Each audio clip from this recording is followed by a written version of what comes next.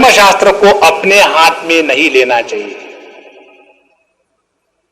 जैसे कोई व्यक्ति कहे कि मैं रोज सब्जी काटता हूं या काटती हूं, तो हमारा पति वो भी जाकर के वहां ऑपरेशन करता है, तो आज उनकी तबीयत ठीक नहीं तो मैं ही काट के आती हूं,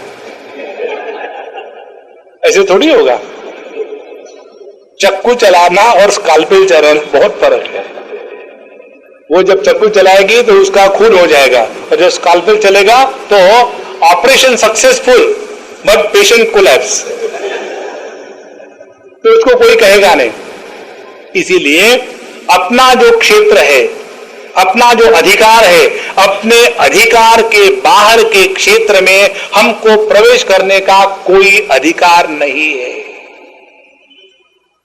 जब इस प्रकार से किसी भी समाज में बड़े अपने अधिकार के अनुसार कार्य करते हैं, छोटे अपने अधिकार के क्षेत्र में कार्य करते हैं, तो वो समाज अपने आप ठीक से बना रहता है। यहां अर्जुन ने वो बात कही जो कहने का उसको अधिकार नहीं था, और इसीलिए जब वो रो रहा है और अपने इस मोह को सुंदरता का रूप देने के लिए वो आखिर 46वें श्लोक में कहता है, यदि माम प्रतीकारम अशस्त्रम शस्त्रपाणयः धार्तराष्ट्रारणे हन्युः तन्मे क्षेमतरम भवेत्। यदि माम अप्रतीकारम अशस्त्रम, मैं जिसने शस्त्रों का त्याग कर दिया है, और अप्रतीकारम माम, जिसने प्रतिकार करने का निर्णय वापस ले लिया है, जो किसी का प्रतिकार नहीं कहेगा, ऐसा जो मैं, और जिनके हाथ में शस्त्र है, ऐसे धृतराष्ट्र के पुत्र मुझ पर जो शस्त्रहीन है आकर के हमला करके मुझे मार भी डाले तो वो अच्छा होगा ये युद्ध करने के स्थान पर। इससे बढ़कर के और कोई कायरता नहीं है। लेकिन हम अपने कायरता को बड़ा सुंदरता का रूप देते हैं। कायरता को सुंदरता का रूप होता है वैराग्य का नाम देना। देखो, एक बार हमको किसी ने आके पूछा, Swami ji, I am not able to decide whether I should study Vedanta and join Chinmaya Mission और I should get married. I am not able to decide, शादी करे या वेदांत कोर्स ज्वाइन करे। तो हमने कहा ठीक है, डिसीजन होगा तब देख लेना, तो यू हेल्प मी। तो हमने कहा मैं हेल्प क्या करूं, I don't have a daughter to get you married. नहीं, मुझे निर्णय लेने में मदद कराओ। तो हमने कहा देखो, शास्त्र का नियम है, कोई भी अक्लमंद व्यक्ति दूसरे के लिए निर्णय नहीं लेता। भगवान ने पूरी भगवद गीता बताने के बाद अर्जुन को कहा, यथेच्छसि तथा कुरु, निर्णय तुम्हारा होगा। बोले मुझे आप बताइए तो सही, थोड़ा विचार करने के लिए क्या करूं मैं। तो हमने कहा देखो, जिसके अंतःकरण में वैराग्य की प्रतिष्ठा होती है वो किसी को पूछता नहीं कि मैं संन्यास मार्ग का पालन करूं या गृहस्थाश्रम का। एक लड़की अपने मायके चले गई, घर जाने के बाद अपने मां से के पास रो रही थी, मम्मी मैं तंग आ गई हूं इनसे। बोले बेटा, ये वाक्य कई बार कई लोगों ने कहा, मैंने भी कहा है, ऐसे ही होता है। बोले लेकिन मैं इतनी तंग आ गई हूं। बोले किससे तंग आ गई हूं? तो मां बेटी का संवाद चल रहा था, इसलिए तंग आ गई। थोड़ा कुछ मैंने इनको कह दिया तो ये कहते ठीक है मैं संन्यास लेने जा रहा हूं। जब ये संन्यास लेने की बात करते हैं तो मुझे चुप रहना पड़ता है और फिर मैं उनकी बात मान लेती हूं। अब ये मुझे ब्लैकमेल कर रहे हैं संन्यास के नाम से, अब मैं क्या करूं? तो ये माँ बेटी की जब बात हो रही थी तो पिताजी मस्ती कर रहे थे, देख रहे थे क्या तमाशा है। तो फिर वो लड़की पिताजी के पास गई, पापा ऐसा हो रहा है। तो पापा ने कहा कि देखो मैं गारंटी देता हूं तुम्हारा पति संन्यास कभी नहीं लेगा। बोले क्यों? बोले जो सन्यास ले रहा हूं ये धमकी देता है वो कभी नहीं लेता। फिर पत्नी उवाच, पत्नी ने कहा फिर कैसा सन्यास लेते हैं? तो वो महात्मा तौलिया लेकर के नहाने जा रहे थे, तो वो वहीं से जो निकल गए घर से बाहर, फिर वापस नहीं आए, ऐसा सन्यास ले। इसीलिए निर्णय अपने जीवन का स्वयं लेना है, और जब हम अपने निर्णय को सुंदर बनाना चाहते हैं तो अपने गलतियों को बड़े अच्छे शब्दों में पेश करते हैं। अर्जुन का उदाहरण, यदि माम अप्रतीकारम अशस्त्रम शस्त्रपाणयः रातराष्ट्रारणे हन्युः तन्मे क्षेमतरम भवेत्। यदि मुझ पर उन्होंने आकर के आक्रमण कर दिया और मैं उनके हाथों से मारा गया तो भी उसी में मेरी भलाई है, क्यों कि इसके द्वारा अपने धर्म की रक्षा होगी, अपने कुल की रक्षा होगी। देखो, जब व्यक्ति इस प्रकार की कायरता का शिकार हो जाता है तो उसके अंतःकरण में आत्महत्या के विचार प्रारंभ हो जाते हैं। कायरता की पराकाष्ठा है आत्महत्या के विचार।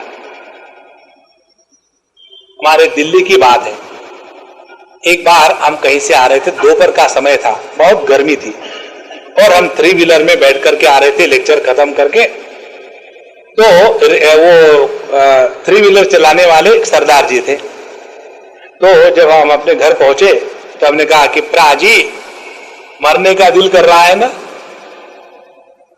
हमने पता नहीं क्यों कहा, लेकिन हमने कहा मरने का दिल कर रहा है ना। हमको हमारे भी मन में रोज यही विचार आता है कि मरेंगे, लेकिन हम पोस्टपोन करते और इसीलिए जिंदा है। और ऐसा कह के हम उतर रहे, उतने में वो महात्मा जी हमारे साथ उतरे, हमारे पैर पकड़े, बोले स्वामी जी महाराज हम आपके साथ बैठना चाहते हैं। बैठो। कमरे में आए, बैठे, और बोले स्वामी जी मैं आपको कसम खा के कहता हूं कि मैं आज घर से निकला था कि आज मैं कहीं स्कूटर को ठोक करके आत्महत्या करूं। मैंने बोला अच्छा हुआ कि मैं तुम्हारे स्कूटर से उतर गया, तो मुझे मरवा देते। तो हमने उसको कहा कि देखो तुम मर के करोगे क्या? मर के भी तुम फिर पैदा होगे, और पैदा होने के बाद ये जितना छोड़ के गए हो ना, फिर हिसाब पूरा करना पड़ेगा। ये मिस एप्रोप्रिएशन नहीं होता, एक एक हिसाब हम सबको चुकता करना पड़ता है। अब देखो, यदि ये विचार हम स्वीकार करें कि हम मर के अपने जीवन के दुखों से छुटकारा पाएंगे इसीलिए आत्महत्या करें, जैसे अर्जुन कह रहा था, तो ये धर्मशास्त्र न समझने का लक्षण है।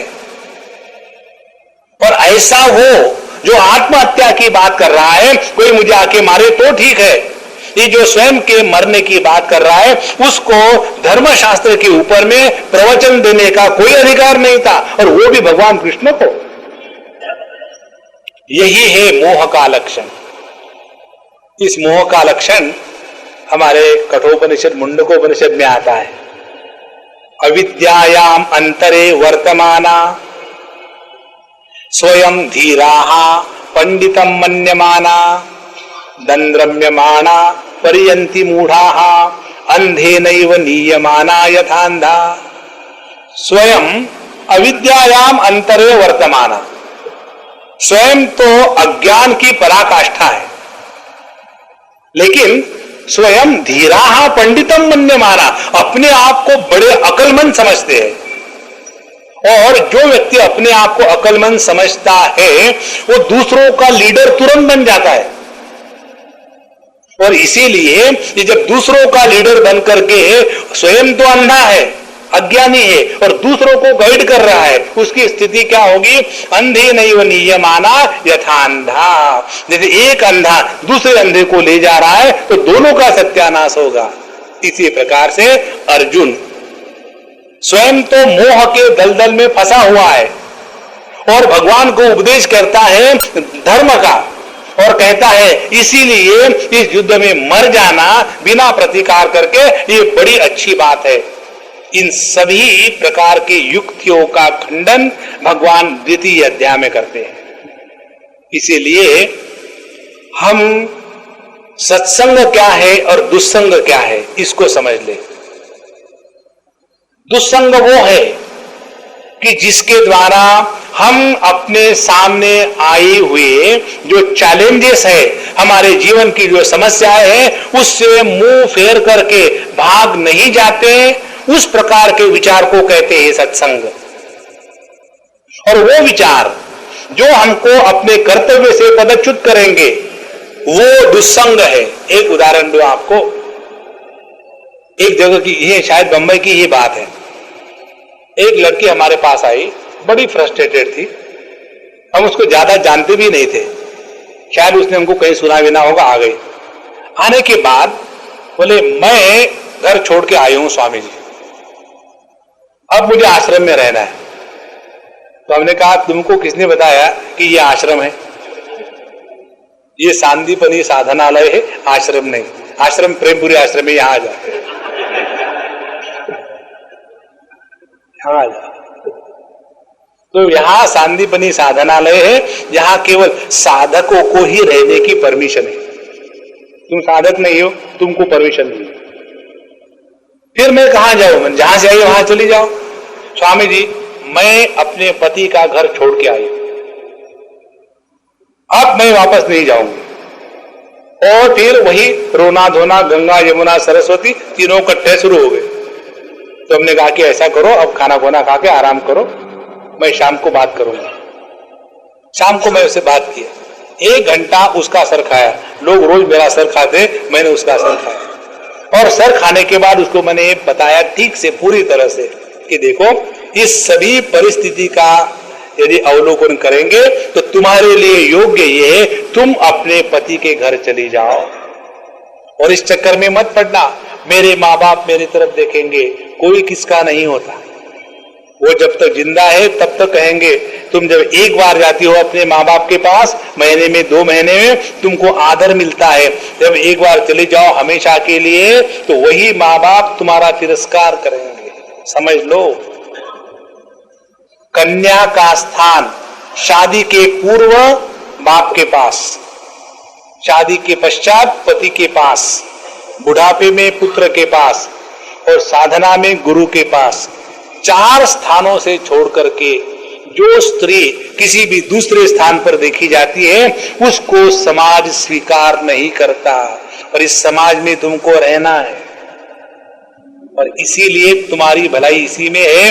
घर चले जाओ और ऐसे कहो कि जैसे कुछ हुआ ही नहीं। और फिर हमने उसको बाकी सब कुछ बता दिया, चली गई घर। घर जाने के बाद 6 महीने के बाद फिर मुझे मिली, तो स्वामी जी आपने मुझे अपने जीवन के सत्यानाश से बचा दिया। तो सत्संग किसको कहते हैं? जो तोड़ता नहीं वो सत्संग है, जो जोड़ता है वो सत्संग है। अद्वैत की निष्ठा होने के बाद तोड़ने की बात आनी ही नहीं चाहिए। और जो लोग तोड़ने की बात करते हैं, अपने समाज को अनेक प्रकार के कारणों को लेकर के हम तोड़ रहे हैं, तो यह जो तोड़ने की बात अर्जुन कह रहा था ये गलत है, ये धर्म नहीं है। इसीलिए जब अर्जुन ने अपने अधर्म के व्यवहार को बड़े सुंदरता से प्रस्तुत किया कि मानो ये बड़ा ही धर्म की बात कर रहा है, ऐसे जो अज्ञानी धर्म धुरंधर बन करके अपने धर्म की रक्षा करने के लिए निकलते हैं, वो उसी धर्म का सत्यानाश करने के कारण हो जाते हैं। देखो भैया, ये बात समझ लो कि जिस क्षेत्र में हमको अधिकार नहीं है वहां हमको मुंह मारने की कोई आवश्यकता नहीं। यदि माम प्रतीकारम अशस्त्रम शस्त्रपाणयः धातराष्ट्रारणे हन्युः तन्मे क्षेमतरम भवेत्। यहां इतना कह करके अर्जुन अब चुप हो गया।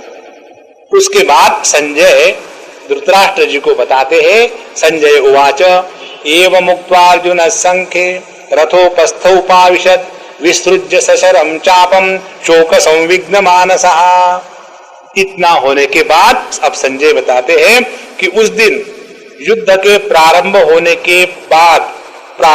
के पहले भगवान कृष्ण और अर्जुन में इस प्रकार का संवाद प्रारंभ हुआ। और जब अर्जुन ने अपनी पूरी केस प्रस्तुत की और फिर वो कैसा था कि शोक संविघ्न मानसहा, उसका मानस, उसका मन शोक के द्वारा अभिभूत था। ऐसा शोक में डूबा हुआ अर्जुन, उसने रथोपस्थोपाविशद, वो रथ से उतर करके जमीन पर बैठ गया और अपने हाथ से धनुष, गांडीव और बाण सब कुछ छोड़ करके रोने धोने लग गया। इस प्रकार से भगवद गीता के पहले अध्याय में 3 प्रकार के ममताओं का वर्णन है और ये 3 प्रकार की ममता हमारे जीवन का रोग है। तामसिक ममता, राजसिक ममता और सात्विक ममता। बंधन चाहे लोहे की चेन का हो चाहे सोने की चेन का हो, वो बंधन ही होता है। लोहे की चेन जब बड़ी होती है तब बांध के रखती है, सोने की चेन छोटी सी होती है तब भी बांध के रखती है। इसीलिए जब तक हम अपने अंतःकरण से इस ममता के रोग को दूर करना है, और यही हमारे जीवन की सब कुछ साधना है, ये नहीं सीखेंगे तब तक के हमारा जीवन का प्रथम अध्याय होगा हमारा विषाद रोगो नाम। और अर्जुन का जो कौन सा है, अर्जुन विषाद योगो नाम। तो हमारा विषाद रोगो नाम है और अर्जुन का है अर्जुन विषाद योगो नाम। हमारा रोग और उनका योग, इसका कारण क्या है? एक ही कारण है, अर्जुन ने भगवान के सामने शरण ली और उनको गुरु के रूप में स्वीकार किया और उन्होंने जो बताया उसको अपने जीवन में उतारने का निर्णय लिया। इसीलिए इस शोक के कारण, इस विषाद के कारण वो परमात्मा को प्राप्त होने का अधिकारी बना। तो वह विषाद, अपने जीवन की वो समस्या, अपने जीवन की वो परेशानी, अपने जीवन के वो दुख जिसके कारण हम जगत से अपने मुंह को फेर करके प्रभु के तरफ चल पड़ते हैं, वही विषाद को योग कहते हैं। नहीं तो हम मंदिर में चले जावे, मंदिर में जाने के बाद वहां के पुजारी के प्रति मन में नफरत है, वहां आने वाले भक्तों के प्रति नफरत है, वहां की साफ सफाई नहीं है उसके प्रति नफरत है, तो मंदिर में जाकर भी मंदिर विषाद रोगो नाम है, योगो नाम नहीं होगा। क्यों? कि मंदिर में जाकर भी भगवान का दर्शन नहीं कर सके। इसीलिए रोग और योग क्या है? ममता रोग इसलिए है कि जो हमको दुखी करके इस संसार में बांध के रखती है, लेकिन वही ममता हमको योग बनाएगी जब उस ममता को लेकर के हम गुरु चरणों में चले जावे और उन्होंने जो उपदेश दिया है उसके अनुसार अपने जीवन को बनावे, तो वही विषाद हमारे लिए योग बन जाता है। इसीलिए भगवद गीता का प्रथम अध्याय हमको एक स्पष्ट चित्र देता है। हमारे प्रत्येक के जीवन में विषाद आता ही है। ऐसा एक भी व्यक्ति नहीं जगत में कि जिसके जीवन में विषाद या दुख नहीं आया। अब सवाल यह है, विषाद दुख आने के बाद हम रोगी बने हैं या योगी बने हैं? यह स्वातंत्र्य, यह चॉइस प्रभु ने हमको सबको दिया है। यदि हम विषाद के कारण हमेशा दुखी रहेंगे, जो आया उसके सामने क्या क्या क्या क्या रोते रहेंगे, तो भगवान कहेंगे इसको विषाद रोगो नाम हो गया है, तथास्तु, रोते रहो। और यदि हम अपने जीवन की समस्या कठिनाई को लेकर के प्रभु के मार्ग पर चल पड़े, तो वही समस्या योग बन जाती है, क्योंकि वो प्रभु से मिलाती है। इसीलिए संतो, यहां हम सब लोग पिछले 7 दिनों से जो सुन रहे, उसका निचोड़ क्या है? हमारे सबके जीवन के विषाद का, दुख का कारण ममता। चाहे तामसिक जड़ वस्तुओं को लेकर के, राजसिक कर्म को लेकर के या सात्विक अपने संबंधियों को लेकर के, ये सभी की सभी ममताएं दुख कारक है। लेकिन इसमें से जो सात्विक ममता का दुख है उसके द्वारा हम प्रभु को पा सकते हैं, यदि अपने दुखों को लेकर के अपने आप को इस आध्यात्मिक क्षेत्र में पूरी तरह से लगा दे। और ये जिसके जीवन में आया उसी ने भगवद गीता का प्रथम अध्याय ठीक रूप से अध्ययन किया है। श्री कृष्णा श्री कृष्णा श्री कृष्णा। ओम पूर्णमदः पूर्णमिदं पूर्णात् पूर्णमुदच्यते पूर्णस्य पूर्णमादाय पूर्णमेवावशिष्यते। ओम शांति शांति शांति।